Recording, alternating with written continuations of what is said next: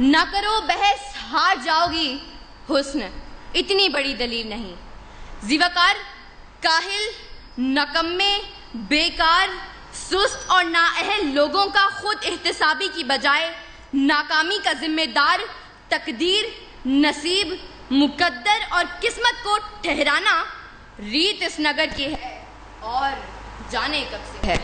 اس طرف سے آ کر قسمت اور صرف قسمت کے راگ الاپنے والے ہاتھ کی لکیروں، ستاروں کی چال اور طوطے کی فال پر سر پھینکنے والے یہاں دلائل پیش کرنے کے بجائے ہمیں قصے اور کہانیاں سنائیں گے، ہندوستانی فلم مقدر کا سکندر چلائیں گے اور ایوان میں بیٹھے باشعور لوگوں کو ماموں بنائیں گے، لیکن میں ان کی کوئی فلم چلنے نہیں دوں گی اور دلائل سے یہ ثابت کروں گی کہ کامیابی قسمت سے نہیں محنت سے ملتی ہے، کیونکہ پھول یوں ہی کھلا نہیں کرتے، بیج کو دفن ہونا پڑتا ہے۔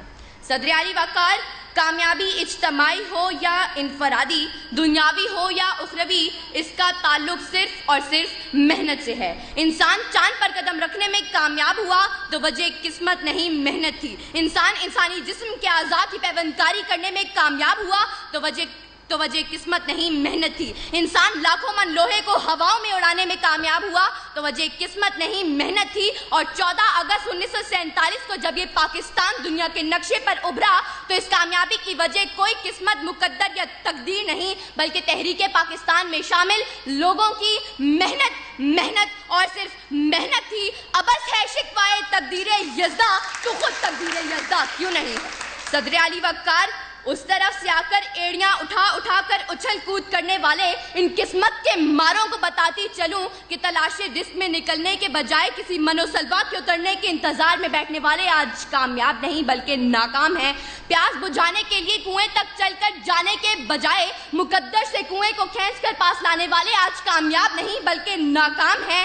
ظالم کے آگے سر اٹھانے کے بجائے ظلم کا نشانہ بنے ہاتھ پہ ہاتھ دھرے منتظر فردہ رہنے والے مظلوم آج کامیاب نہیں بلکہ ناکام ہیں۔ پلٹنے، جھپٹنے اور جھپٹ کر پلٹتے ہوئے لہو کو گرمانے کے بجائے قسمت کے مارے کرگس بن کر بیٹھنے والے آج کامیاب نہیں بلکہ ناکام ہیں۔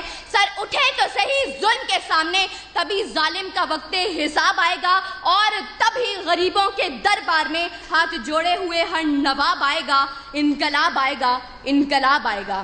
صدر اعلی